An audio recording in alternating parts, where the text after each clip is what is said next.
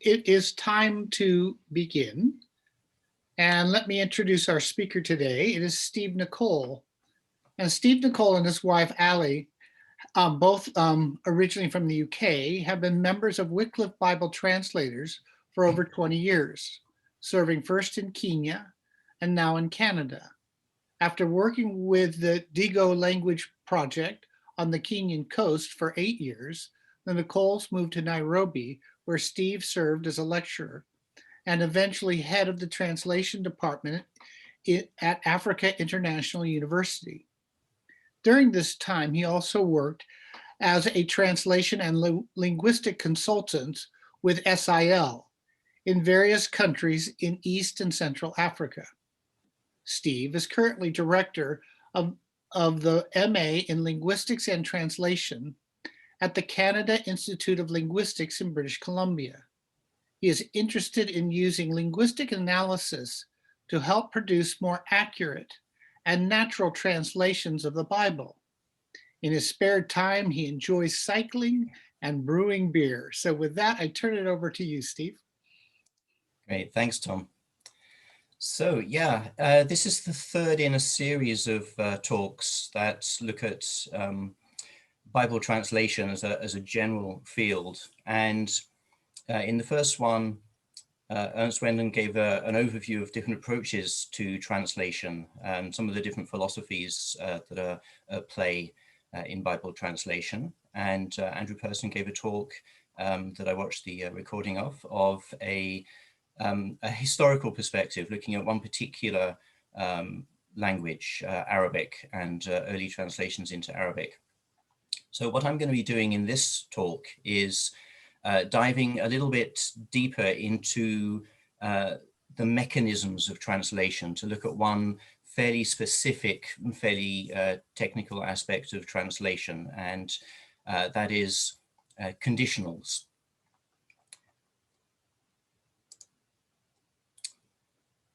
Okay, so here's an overview of where we're going to go in the talk.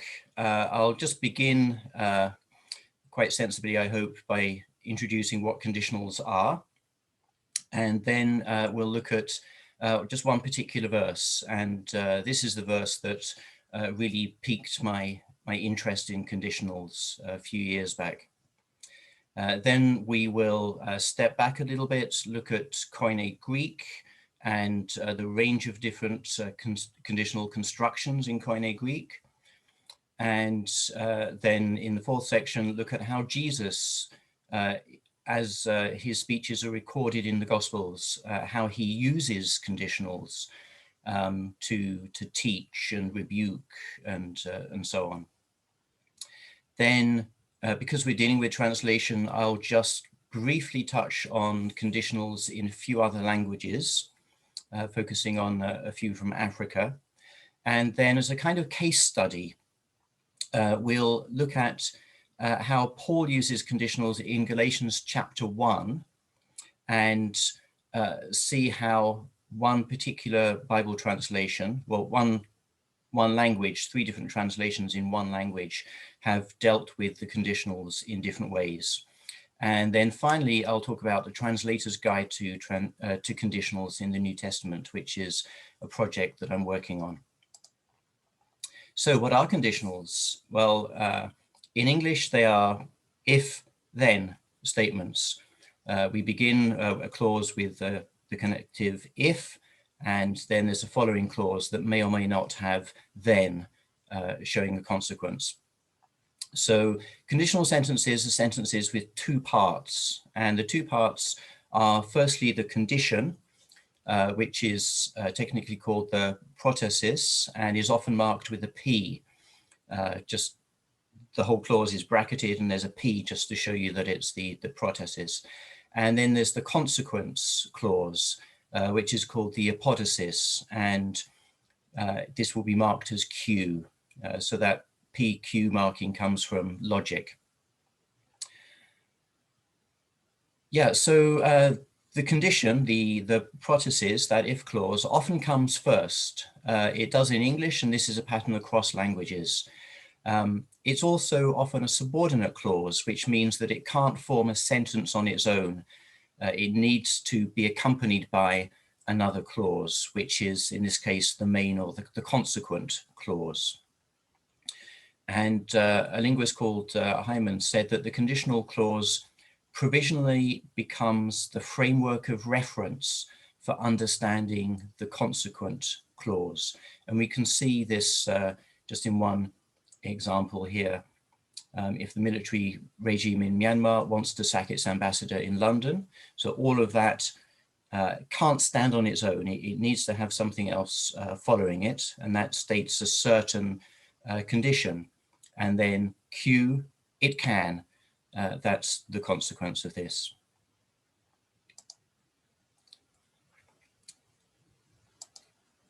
So a few crucial features of conditionals. One is that P is not asserted.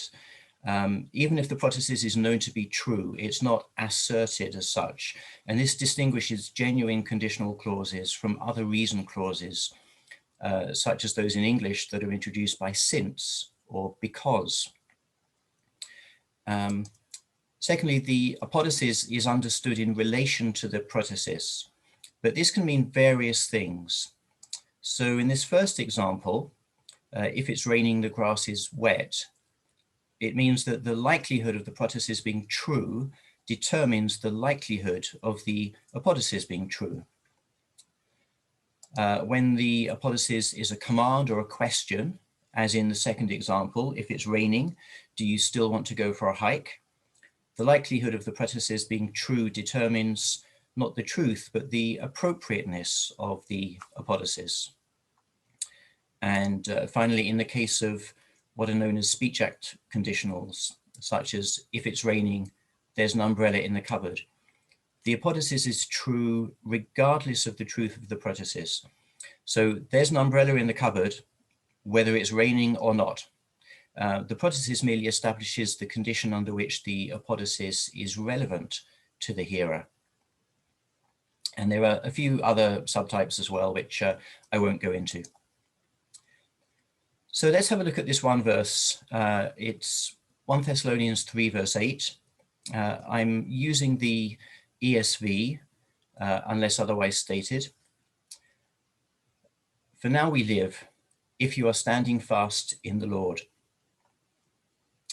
So back in March 2013, just before I came to Canada, I was facilitating a workshop for translation teams in Ethiopia. And as usual in such workshops, the translators were immediately applying what they had learned about the discourse features of their languages to the translation of a particular biblical text. And for that particular workshop, we were looking at 1 and 2 Thessalonians. And about halfway through the workshop, we came to 1 Thessalonians 3 verse 8. And in isolation and in the various translations that have been done in these, I think it was 6 Ethiopian languages, this verse suggests that Paul is in some doubt as to whether the Thessalonians are in fact standing fast in the Lord. However, when you read it in context, you get a slightly different picture. So let me just read this. But now that Timothy has come to us from you and has brought us the good news of your faith and love, and reported that you always remember us kindly and long to see us as we long to see you, for this reason, brothers, in all our distress and affliction, we have been comforted about you through your faith. For now we live, if you are standing fast in the Lord. So the wider context here shows that Paul twice mentions the faith of the Thessalonian believers. So it's pretty unlikely, I think, that he is expressing doubt as to whether they are standing fast in the Lord in verse 8. So as we discussed this passage and looked in detail at verse 8, we saw that in Greek, conditionals can be used to express known facts. For example, in Romans 8, verse 31, which we'll see in a minute, if God is for us, who can be against us? That isn't questioning whether God is for us, it's assuming that that is true. So it became clear that in some of the Ethiopian languages, a direct translation of the conditional, which in English would be an if clause, could only express doubt or uncertainty. And the translators realized that using a conditional construction in their translations would convey a wrong impression. Now, most languages seem to have a default way of marking conditionals, just like the English if, but some do not. But even those that do may not have the same range of meanings that conditionals have in Greek or in English.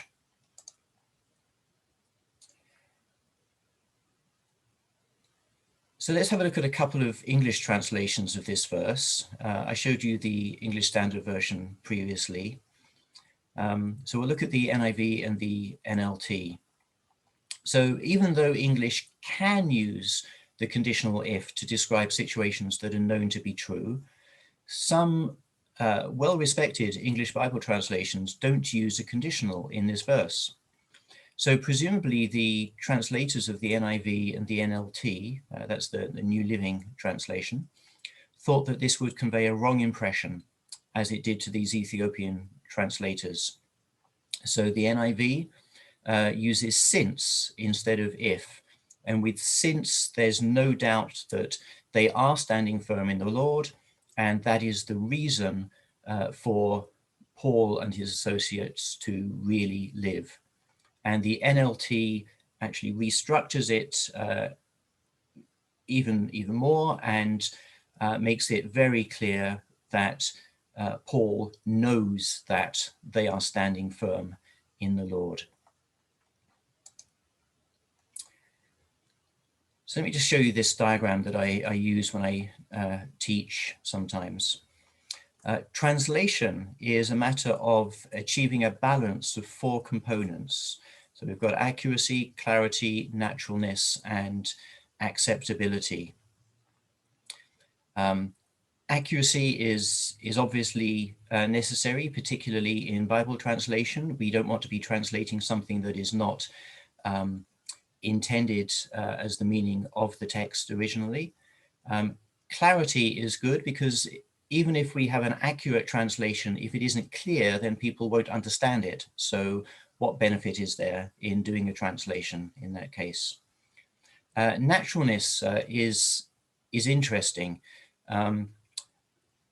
It's often forgotten in Bible translation, but Ward and Nieder in 1986 said stylistic quality, which I think is the same as naturalness, stylistic quality seems to be the most determining factor in the acceptability of Bible translations. And so I put acceptability there as the seat. You want your seat to be comfortable. You want people to actually use the translation in worship and devotions and so on. So sometimes there can be a tension between these different components, and translators need to decide, for example, whether to use the conditional if as the most accurate rendering of the Greek, which is what the ESV did in 1 Thessalonians 3 verse 8, or maybe to substitute since to make the translation clearer, which is what the NIV does, or whether to restructure the entire sentence and make it as natural as possible, while still expressing the core meaning, as the NLT does.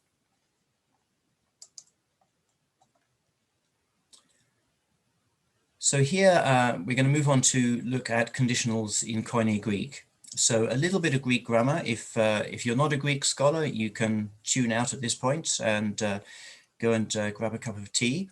But for those of you who are interested in Greek, this will just provide a brief summary. So conditional clauses in Greek are usually indicated by the conjunction e or ean, and they've traditionally, the different kinds of conditionals have traditionally been divided into 3 classes based on the conditional particle and the mood and the tense of the verbs, and particularly the verb in the protasis. There is a 4th class that's found in classical Greek, but doesn't occur in the New Testament. So yeah, we've got first class, with A, second class also with A, but with a different interpretation, third class and so on. Let's dig in and just look at a few examples of these before we think more about the functions. So here are examples of first class conditionals. This is a verse that I've already mentioned, Romans 8:31. If God is for us, who can be against us? So the first class conditionals, they very often express the idea that something is being assumed to be true. Now, it could be assumed to be true because it is true, and that would be the case in Romans 8:31. If God is for us, well, yes, God is for us, so who can be against us? 1 Corinthians 15 verse 16 is a bit different. For if the dead are not raised, not even Christ has been raised. Now here, P, the protasis, is not true. It says if the dead are not raised, but we know that the dead are raised. What Paul is doing here is he's inviting the readers to imagine that this were true. So it's being assumed true for the sake of the argument. And then he invites the readers to consider the consequence in Q. And the consequence, of course, is unthinkable for Christians. And this, in turn, must mean that P is false. So this is Paul's way of arguing that, in fact, the dead are raised. And this kind of argumentation is very common, especially from Paul. The second class conditionals are counterfactual. So in John 5:46, if you believed Moses, you would believe me because he wrote about me. So the Greek imperfect here is expressed in English using a past tense, even though Jesus is talking about a present situation. So if you believed Moses, he's actually talking about their current state of belief, and actually indicating that they do not really believe Moses. So the context of John 5:46 is that Jesus is speaking to people who, we're told in verse 18 of this chapter, were trying to kill him. So they clearly do not believe Jesus. And therefore the force of this conditional sentence is that Jesus is saying, you don't believe me, therefore you don't believe Moses either, because Moses wrote about me. 1 Corinthians 2:8 is a typical past time counterfactual conditional sentence. So in the Greek, this uses the aorist, and in the Greek, we have the past perfect, had understood. Again, this is being used by Paul as part of an argument.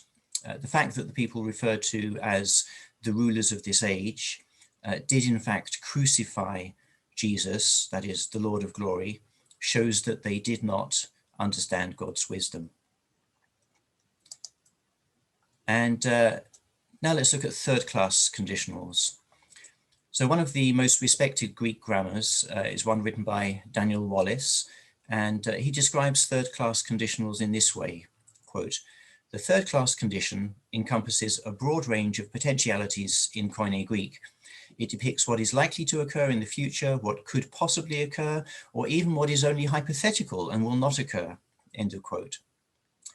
As we'll see later, in some languages, these different functions need to be expressed using different conditional forms or even non-conditional forms. But here, let's look at John 8:31 to 32. So Jesus is speaking to the Jews who had believed him. So it is currently true that they are Jesus' disciples, I think. And he says, if you abide in my word, you are truly my disciples.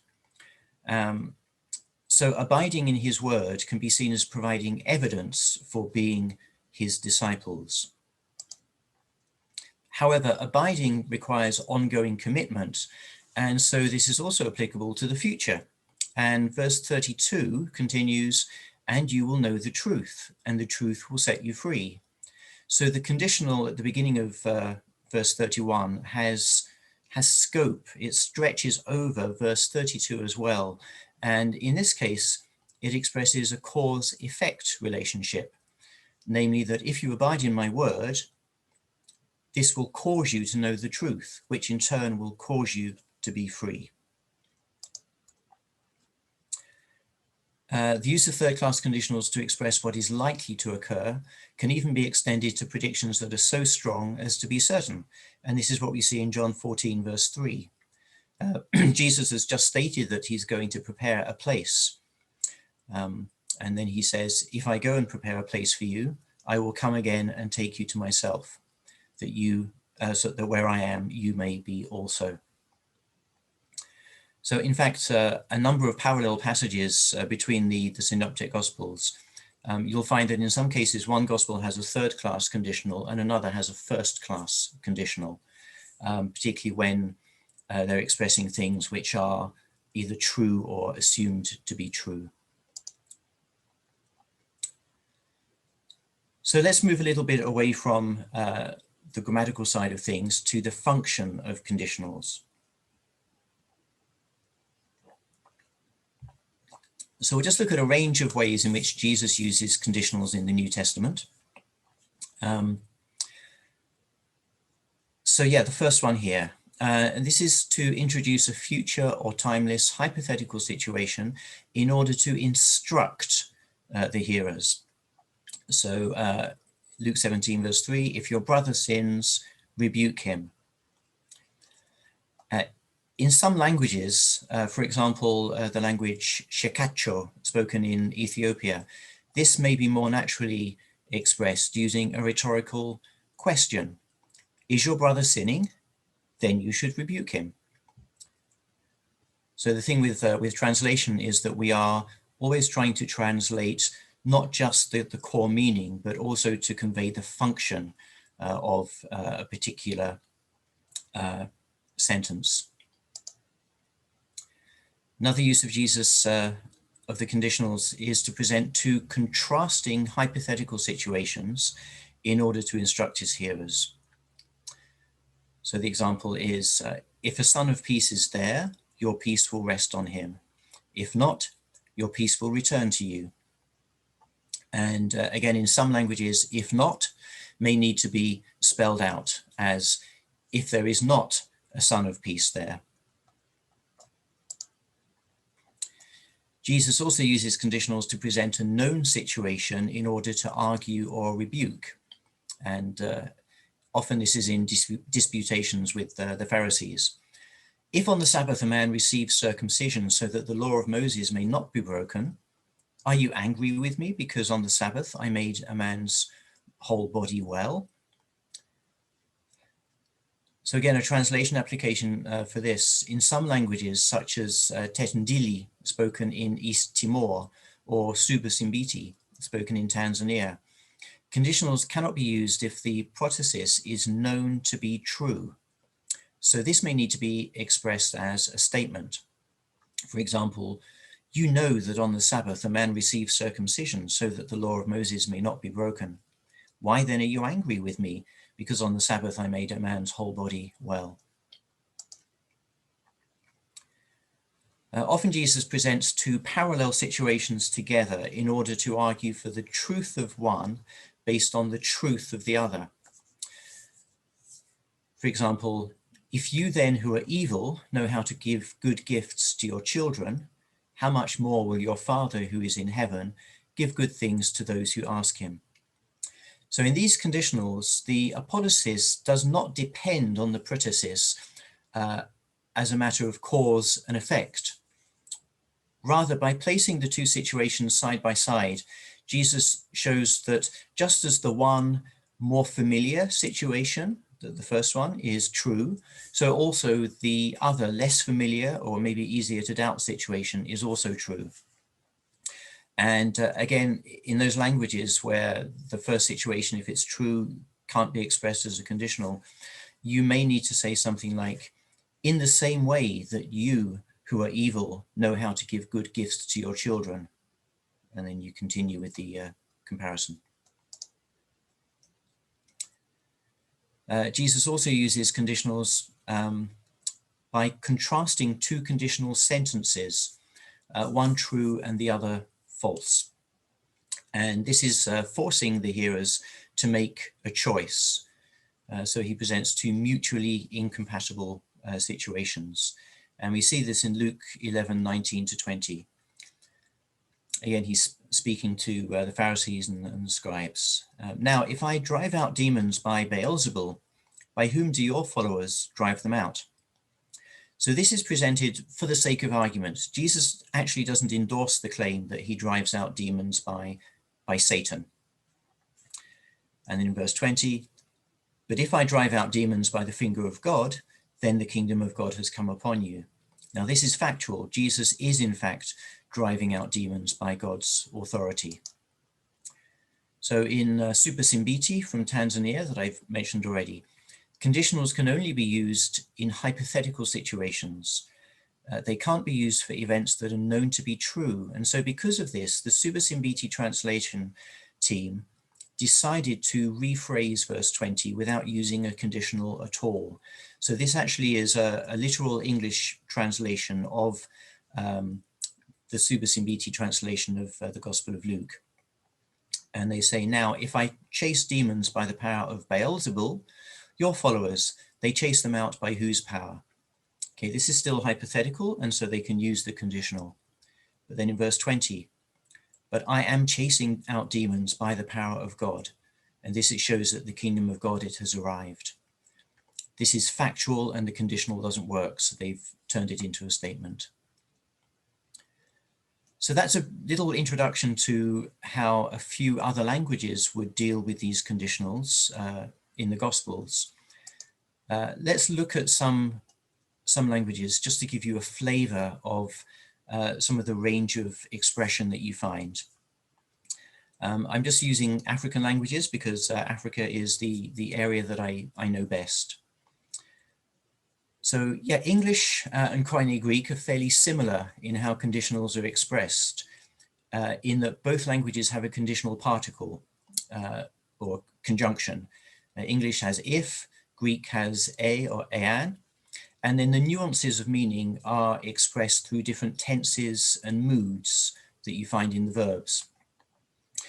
English and Greek are also similar in the range of functions that conditionals are used for. But you'll see here in a language called Makari Kotoko from Chad, there is a word for if that can be inserted very, very rarely. But normally the way that you would make a conditional sentence is just by juxtaposing two clauses. And so this would read as, in olden times, a man did something wrong, then the Sultanate would give him a fine. There's no if expressed overtly there. Digo, the language that I worked in, is the complete opposite of Makari Kotoko in that it has a range of different conditional constructions. I'm going to show you 3 of them, but there are more than this. So the first one, the highlighted word, ichikala, functions as a conjunction, if. Ichikala basi rindaoka satsano ungevaha ferry. If the bus were to leave at 11, you would catch the ferry. Now, ichikala expresses that it's unlikely. And so the implication here is that you would probably miss the ferry. This is spoken in the context of the ferry that takes you from the mainland to Mombasa Island. And the ferry used to run every half an hour or so. You've also got the little particle chi. So this is a prefix on the verb. The verb here, menya, is enter. And chi is this prefix that occurs just before it, kind of like a tense or aspect marker. Uchi menya ndani ya maji, uriwe ni mamba. So this is from a story, and a man is told that if he enters into the water, he will be eaten by the crocodile. There's nothing at issue here about whether he will or will not enter the water. It's not likely or unlikely. It's simply stated as, in the case that you enter the water, if you ever should, this will be the result.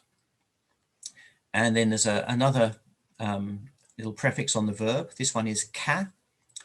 Hiumutu ye hata akachimbira nikazi abure andafo vivio. So this person, if he flees, it will be pointless, he will die anyway.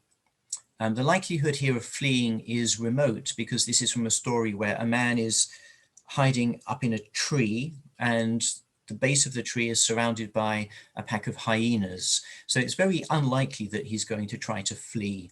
And so ka expresses a different degree of likelihood. Now, Digo is closely related to Swahili, and Swahili also has conditional constructions that mark different degrees of likelihood.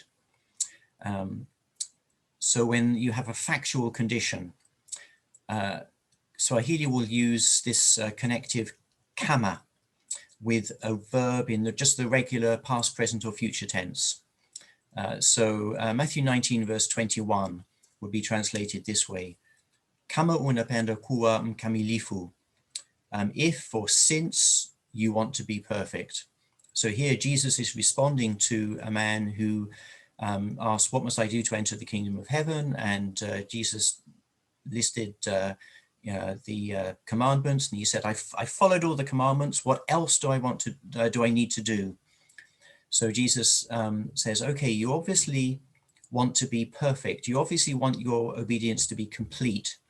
So this is a factual condition, and you would use kama in Swahili. If something is likely to happen or just a neutral condition, you can use ikiwa or ki. Ki is a verbal prefix, just like we saw in Digo. So ikiwa wamenitesa mimi, watawatesa na nyinyi pia. If they persecuted me, they will persecute you also. So here Jesus is talking about the world, or the people in the world. And it's true that some of them had persecuted him, although not all of them. So yeah, this has a likely or perhaps a neutral level of possibility. An example not from the Bible, just from everyday life. Ng'ombe akizaa ndama humlamba. If or when a cow gives birth to a calf, she licks it. Neutral possibility. And then if something is unlikely or even counterfactual, there are other prefixes on the verb, nge, ngeli, ngali. So we're going to be looking at this because Swahili is a national or official regional language in Tanzania, Kenya, and Democratic Republic of Congo. And there are various translations of the Bible already in Swahili. And many translators in East Africa refer to the Swahili translations of the Bible as part of their exegetical preparation when they're drafting their own Bible translations. And also it's one of the few, possibly the only African language in which there's been a large-scale corpus study of conditionals conducted on a corpus of a few million words. And so for these reasons, we're going to be looking at Swahili in some detail next. Okay, I hope everyone's still tracking with me. We're nearing the end, section 6 out of 7. So we're going to look here, we're going to take a deeper dive into Galatians chapter 1 and see how Paul uses conditionals and how different Swahili translations have translated those either well or not so well. Now in Galatians, there are 20 conditional sentences in Galatians, and also an implied conditional in 6 verse 9. So it's not grammatically a conditional in the Greek, but virtually every English translation uses a conditional for it. We're just going to focus on chapter 1, and we're going to see how Paul uses the conditionals to rebuke and to argue, and as I've said, see how the Swahili translations deal with them. So in good translation and exegetical style, let's just take a step back, look at the context. I'm just going to read out from verse 6. Again, this is the ESV. I'm astonished that you are so quickly deserting him who called you in the grace of Christ and are turning to a different gospel. Not that there is another one, but there are some who trouble you and want to distort the gospel of Christ. But even if we or an angel from heaven should preach to you a gospel contrary to the one we preach to you, let him be accursed. As we have said before, so now I say again, if anyone is preaching to you a gospel contrary to the one you received, let him be accursed. For am I now seeking the approval of man or of God? Or am I trying to please man? If I was still trying to please man, I would not be a servant of Christ.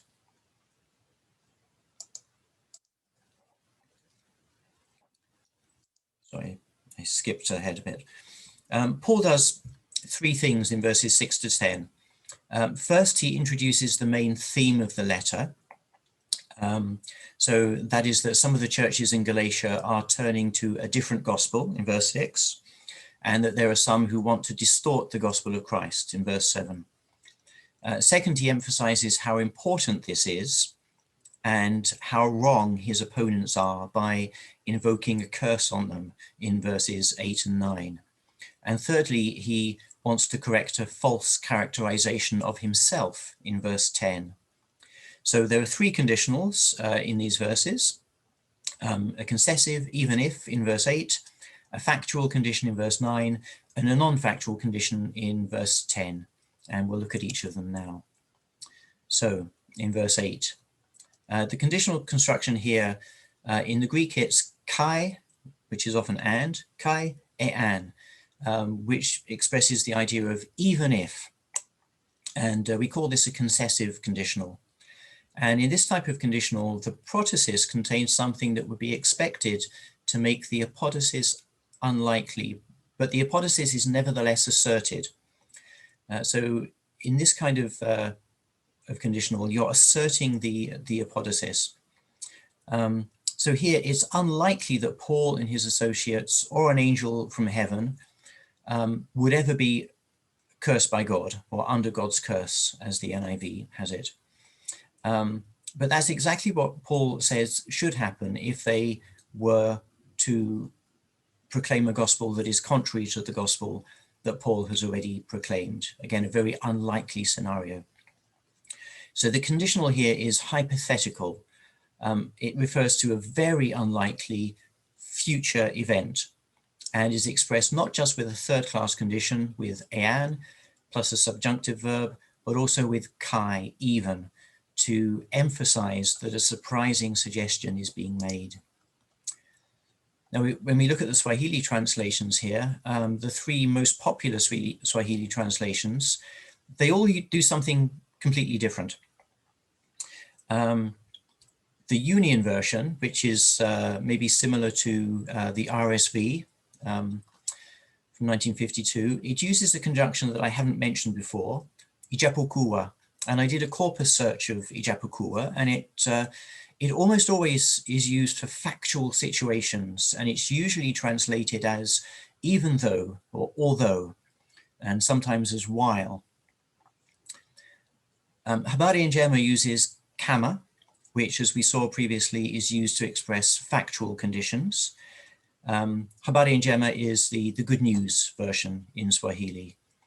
And finally, we've got Neno, which is published by Biblica. It's very similar to the NIV in English. Yeah, and the Neno translation uses hata ikiwa, even if. And this, I think, is the best because it expresses the hypotheticality of this situation. So remember that if we or an angel from heaven should preach to you a gospel contrary to the one we preach to you is very unlikely. And yet Union and Habari Njema have used the forms that are normally used for factual conditions, which is quite strange. Neno's done a much better job. I actually think that using the nge prefix for very unlikely situations would have been an even better translation. Now we look at verse 9, and verse 9 is factual. Paul uses a different grammatical form here. He uses a first-class condition consisting of a, which is if, and then tis, which we translate here as anyone. So if anyone, followed by a present tense verb. There are two ways in which the Greek construction can be understood. One is that it refers to something that was actually happening. And this is reflected in the English translation that you see here. If anyone is preaching to you a gospel. And the English Standard Version, New International Version, New American Standard Bible, and the Net Bible, they all use this present progressive to show that it's an ongoing situation. Another interpretation may be influenced by the fact that you have tis or anyone, is that Paul doesn't have specific people in mind, but is instead expressing a hypothetical, timeless condition. And this would be reflected in English translations with a simple present tense, if anyone proclaims, which the RSV has, or if anyone preaches, which the New Living has. I think the first interpretation is the most likely, and that's the one that the majority of English translations follow. So that would make this a factual condition. If anyone is preaching to you a gospel contrary to the one you received, and I know that there are people who are doing this, let him be accursed. So let's look at the Swahili translations again. The Union uses this key, you can see it there, the key verbal prefix, which can express a likely condition, but not a factual one. Habari Njema again uses kama, which is this time appropriate because it is a factual condition. Neno this time is probably the least accurate because not only does it use ikiwa, which can only express likely hypothetical conditions, but not factual ones, but I've underlined ta, and ta is a future tense marker. So the Neno has actually turned this into a hypothetical event in the future.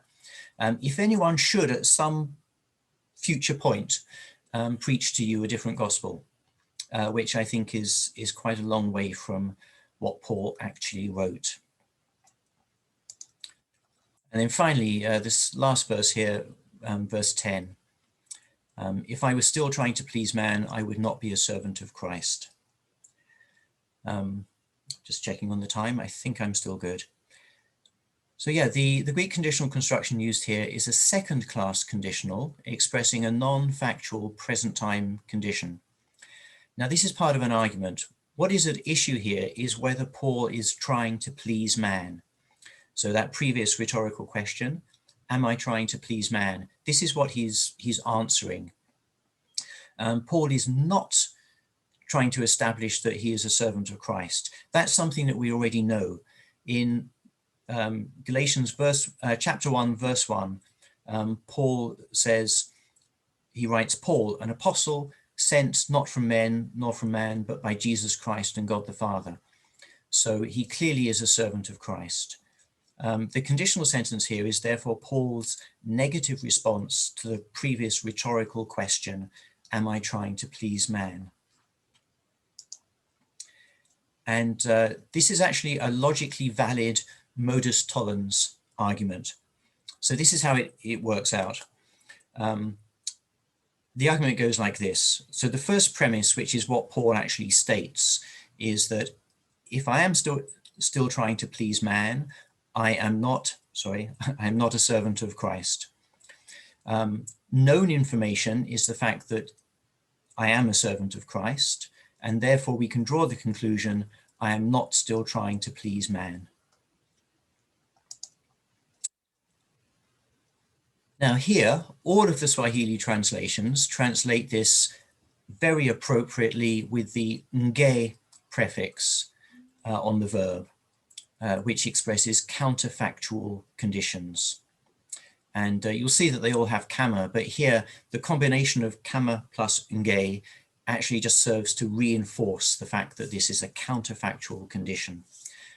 Kama here doesn't express factuality in this case.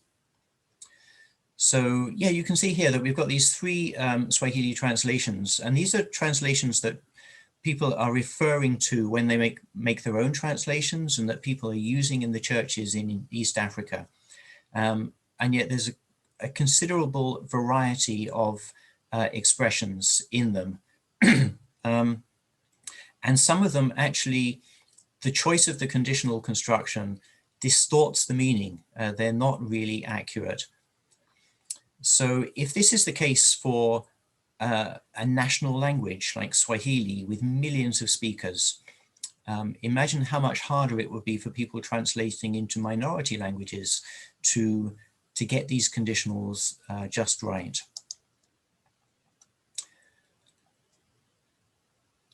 So yeah, that's the situation that we have. When I'm talking about minority languages, what exactly am I talking about? What kind of a number of languages do we mean? Well, there are, according to statistics from Wycliffe Global Alliance, around 2,700 languages in the world that are currently in the process of getting scripture translated. So there's either Old or New Testament or both in the process of being translated at the moment in these 2,700 languages. And then there's a further couple of thousand languages that have been assessed as needing Bible translation to begin, but the resources and the personnel aren't actually yet available to start that work. So that's the scale of the translation need. Scale of the conditionals, well, at my count, there are about 650 conditionals in the Greek New Testament. And that's a huge number. And we've seen that Jesus makes use of conditionals all the time in his teaching. Paul makes use of conditionals all the time in his argumentation. And getting them wrong will therefore have a detrimental effect on the quality of the translations, on their accuracy and clarity. So we need to ensure that these are communicated clearly and naturally and accurately in current translation work that's going on and in future translation. Well, translators are not left alone. There are a lot of resources that are available for them. What I'm showing you on the screen now is a screenshot from something called Translators Workplace, which is a collaboration between United Bible Societies and SIL, which is affiliated with Wycliffe. And it brings together a whole lot of resources that translators use. So if this were actually in my Logos Bible software application, I could click on any of these plus signs and it would bring down a list of resources. So yeah, there are numerous Bibles in many different languages. The dictionaries and lexicons, these are dictionaries of Hebrew and Greek. The grammars are grammars of Hebrew, Greek, and Aramaic. The exegetical resources is mostly commentaries, and there are over 200 commentaries in this, plus books and articles and Bible translation. And then what I've actually opened up here is the checklists.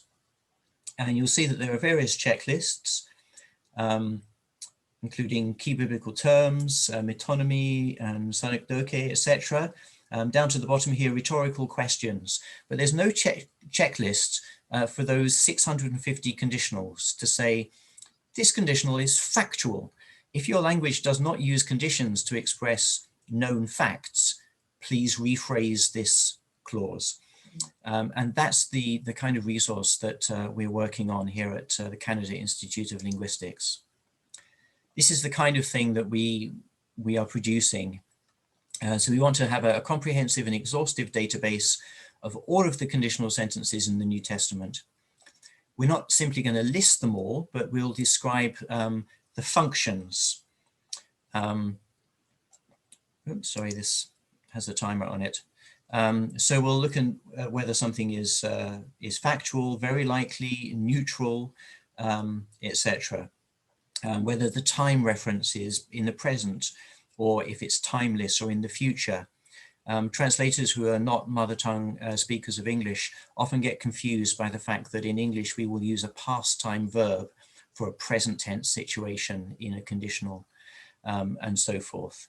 And our plan is that this resource will be eventually added to the resources in Translators Workplace, made available for free to Bible translators working around the world to help them to produce the best possible translation for the people groups that they're working with. So that's the end of my presentation. Good, Steve. Thank you. Excellent.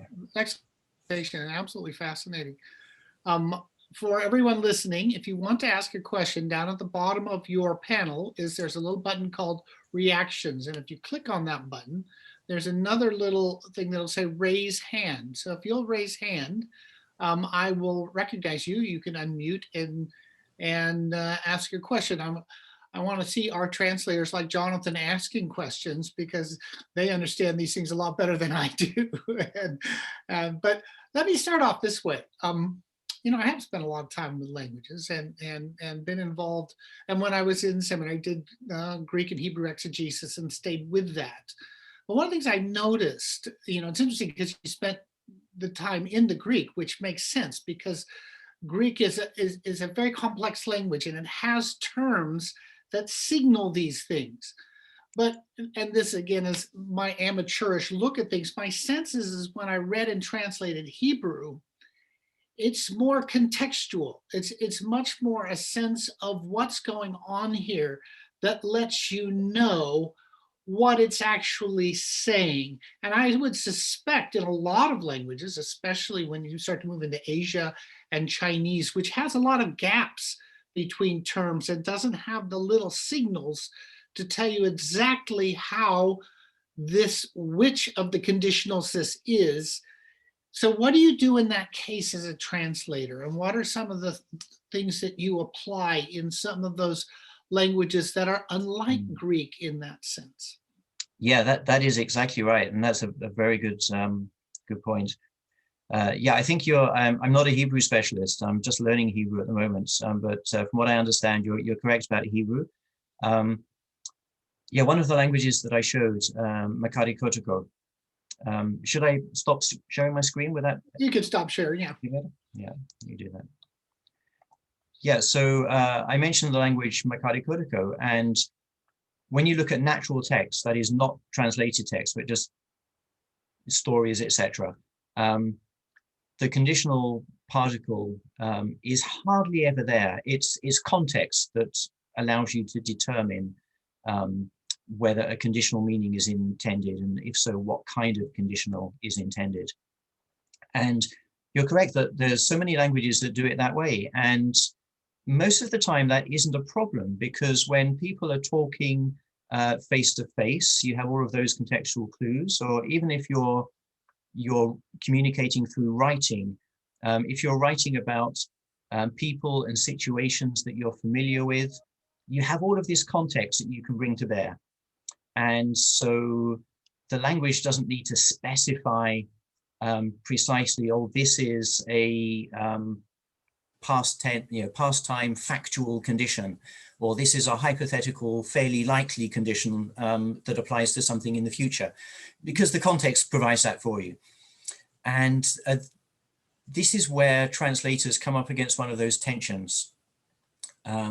Do they try to ensure that they are maximally clear? Because obviously the people who are reading a Bible translation are 2,000 or more years separated from the original context. And so they may be lacking a lot of those clues. So do we aim for that clarity and sacrifice naturalness, or do we try and make it natural and through some other means provide people with the context to correctly understand? And translators normally end up somewhere in the middle, a bit of a compromise. And so, yeah, that can mean that, well, in a number of languages that I've seen, I've noticed this in Africa. I've also seen a couple of cases in Asia, where smaller minority languages that have a very limited way of expressing conditionals grammatically will be able to borrow a conditional marker from a national or international language that's well known. You find this, for example, in Mozambique, where Portuguese is spoken. A number of the Bantu languages in Mozambique have actually taken connectives from Portuguese that are used particularly in written forms of the language to make things more explicit. So that's one thing that can happen. But yeah, otherwise you just need to work very, very hard to make it as clear as possible. You may need to resort to footnotes, or to some kind of a paraphrase. But obviously we don't want to paraphrase. We don't want to be adding material into the translation if we can possibly avoid it. So yeah, there's the tension. Andrew, I saw your hand. Go ahead, unmute and ask your question. Oh, no, I saw your hand go up. All right. Okay, I don't see hands up, but I've got another question. There we go, Jonathan. Yeah, I'll just jump in since you mentioned my name. I have another meeting I need to get away to very soon. So thank you very much, Steve, for a very interesting talk. In fact, Tom, you asked the one question I had, so in fact, I probably don't need to ask. Just to say, Steve, I was very interested in your discussion of this kind of continuum of different meanings for if you like, in those couple of languages you shared. I've not come across those, but I've come across languages which go even further and have if, when. Yes. So add when in on the other end of the continuum, so it's even broader then. And then this problem of disambiguating becomes even greater. Is it really an if or is it a when? Mm-hmm. But I think you've really given the answer in what you've already given to Tom, in that the context helps. But I just wonder if there are any other tricks that people use to disambiguate, to make it clear. So the if stroke when is very common in Africa. It's so common it's actually got a name. People call it the situative. The ki and the chi from Swahili and Digo are actually of that kind as well.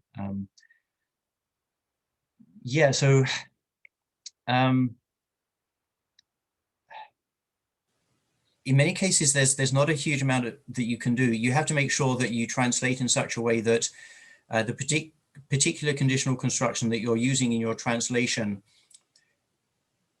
falls within the same semantic range, the same range of meaning as the original Greek did. But there may well be a bit of an overlap, or it may be slightly broader. And then it really, it comes down to, is the context clear enough that people can make that disambiguation? Sometimes if stroke when, in our mind as English speakers, if and when are very different things. And yet we do have that if stroke when. We have a kind of a category for, it really doesn't matter if it's going to happen or might possibly happen. It's not the actualization of the event and the likelihood of the event that's in focus. It's just that if or when such and such a thing happens, then this other thing should also happen.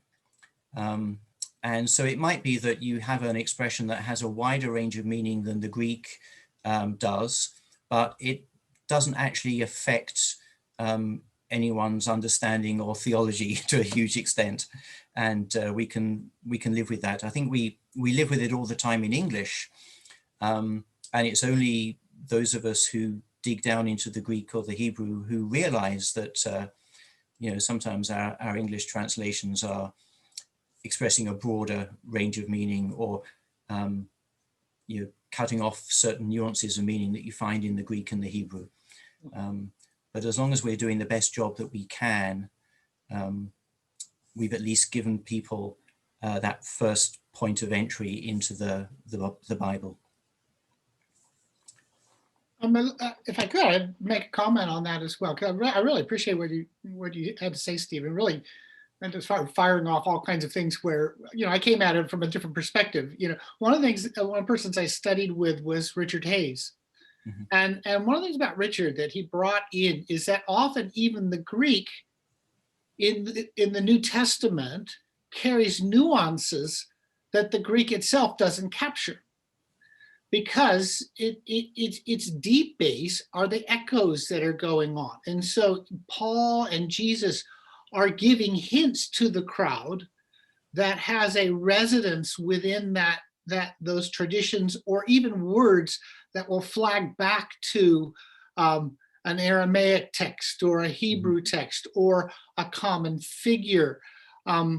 And so it's just a kind of a comment that, language is such a lively thing that in translation, getting a little bit of those echoes that are going on can help to see what he's saying here in a way that just a one-to-one translation might miss. And so where, well, he has one, Echoes of the Old Testament in New Testament, which is a really good book, but his latest commentary on the New Testament, especially commentary on Mark, because we tend to see Matthew as the gospel with all the allusions and the fulfillment.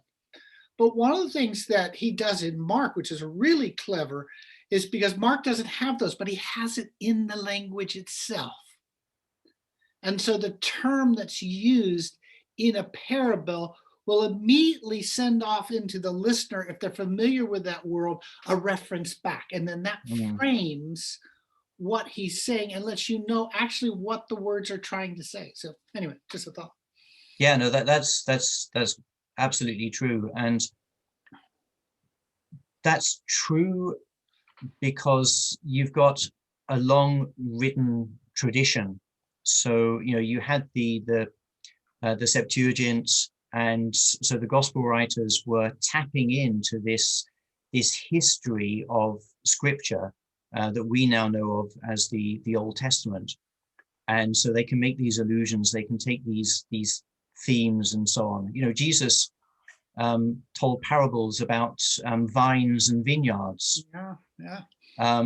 Which are great. I mean, they're great parables. They make sense, but they make so much more sense when you realize that Jesus is not just telling a story about a vine or a vineyard. He's tapping into this huge tradition of using the image of the vine and the vineyard that goes back through the prophets in the Old Testament. So it had a much deeper resonance for his hearers than it might do for people who've not got that.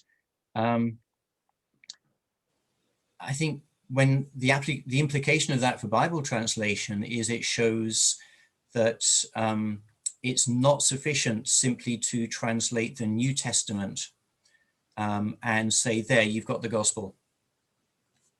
Go and become good believers. But if you don't allow people access to the complete Bible, including the Old Testament, then you are impoverishing them. You are cutting them off from all of these things that you mentioned. Yeah. Well, so thank you. I'm going to turn to Regina with a quick comment. The other thing that's always good to have in the room, if you can have it, is some Jewish listeners, because they'll hear things we don't hear, and they'll go, But anyway, let's go to Regina, please. Yeah, thank you so much, Steve, for this very fascinating lecture on Bible translation. My observation first is that somewhat of what Tom had said is that there's such a cultural and historical nuances captured from the original languages that even from the English version, we probably miss some of that. We miss some of the richness of that context. So my question is, are a lot of the contemporary translations taking place now using the English to go from the English into the new language? And if so, is there danger that we're even reducing some of that cultural and historical nuance because we're now into the second generation away from the original language? It's just a question I wondered about. That's a very good question. Yeah. Well, one of the benefits that we have as English speakers and English readers is that even if we don't understand Hebrew or Greek, we can kind of triangulate. If you take 3 or 4 different English translations, all slightly different, it's like you're looking at a 3-dimensional object from different perspectives. So you sort of triangulate and you can get an impression of the meaning, and then we can look at commentaries and so on. When we're translating into minority languages, or even national languages that aren't the big international ones like English, French, German, Arabic, Mandarin, etc., all of those resources are not available. There's likely to be just one translation available, no commentaries, etc. So you're getting a much more sort of two-dimensional view compared to English. So you need to do as good a job as you possibly can. Now, the fact is that around the world where translation is going on, the mother tongue speakers of the language, who are the main translators because it's their language, they are translating into their mother tongue. An increasing number of them are studying Greek and Hebrew, but it's still, I would say, a minority. Jeremy here would also be able to say whether that's true. Maybe Andrew could speak to that as well. And so what we have in the Bible translation movement is not just the translators, possibly assisted by somebody from outside, like I was when I worked with the Digo, but we also have translation consultants.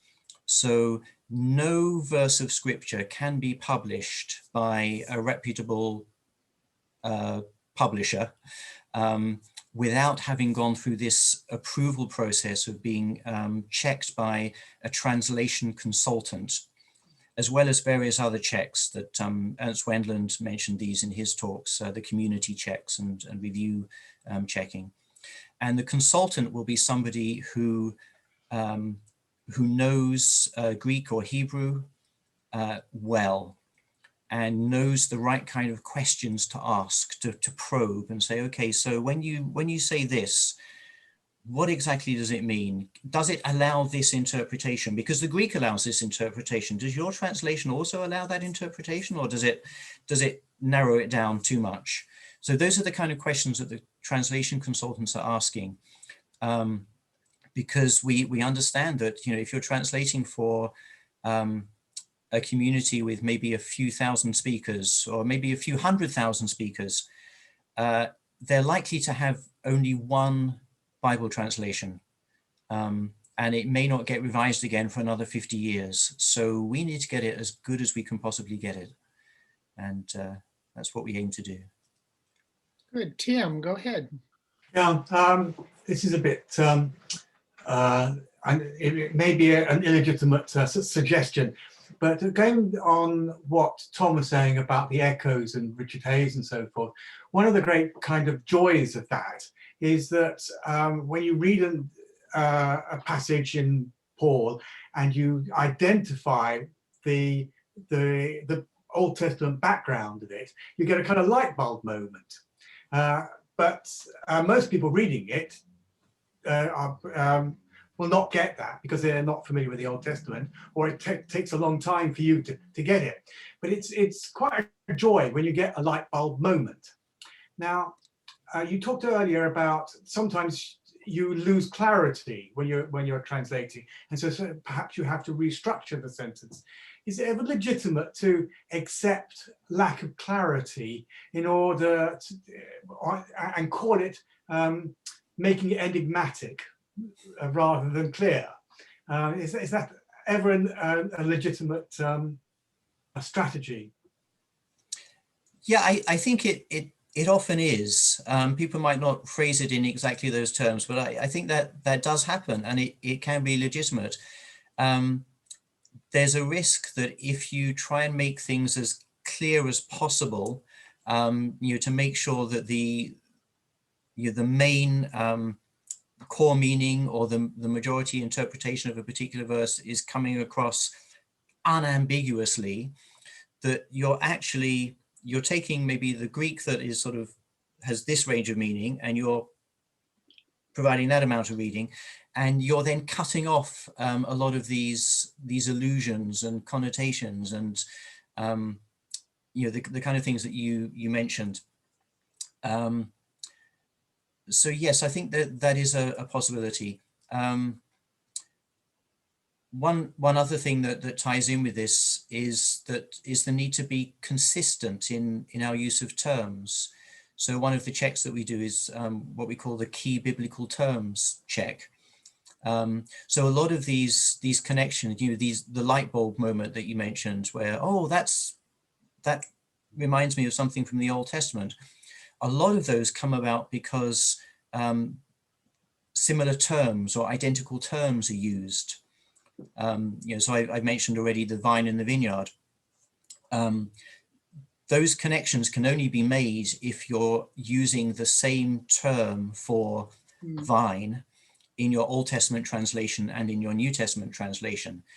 If you were inconsistent and used a different term, because you're translating for a culture that doesn't have vines, and they don't make wine, so you substitute some local equivalent, and then you substitute a different local equivalent, or you use a loan word from a national language in the Old Testament, then that connection between the New and the Old Testament is lost.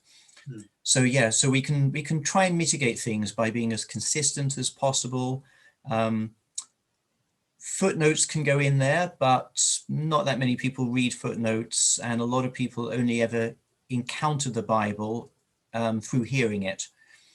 The Bible will be read in church and preached on, and it may be nowadays on mobile phones, on cell phones. So you can download apps in various languages where you can listen to the Bible, and footnotes do not work well in that kind of context. So by being consistent and sometimes allowing a little bit of flexibility. The danger there is that you don't want your translation to be so broad that it allows all sorts of unintended meanings to be possible. So again, you've got to get this balance. You don't want to restrict it too much if the Greek allows or the Hebrew allows a certain range, but you don't want to make it so broad that people can read into it whatever they want to. That way lies heresy, I think. Andrew, go ahead and unmute and ask your question. Okay, well, thanks very much, Steve, for this wonderful presentation, and congratulations on being so clear about all those points and putting it across so naturally, and we trust it's accurate as well. But there's one little sort of red flag that cropped up in my mind as you were talking, and that was when you're talking about factuals and counterfactuals and so on, and you'll say, well, no, we know it's true that such and such. Now, I want to ask, how do we know it's true? And I think that's a thing we've got to be very careful about in exegesis. When we're exegeting a biblical text, as you say, from 2,000 years ago, from different culture, different language, and so on, we know this is true. Well, I was taught it in Sunday school, anyway, so it must be true. And I've come across this quite often in translation. Yeah, well, Jesus would say such and such, wouldn't he? So that must be what it says. So I would sort of counsel that in making a guide for translators on conditionals, if you're talking about what is factual and what is non-fact or hypothetical or something, you do consider what are the bases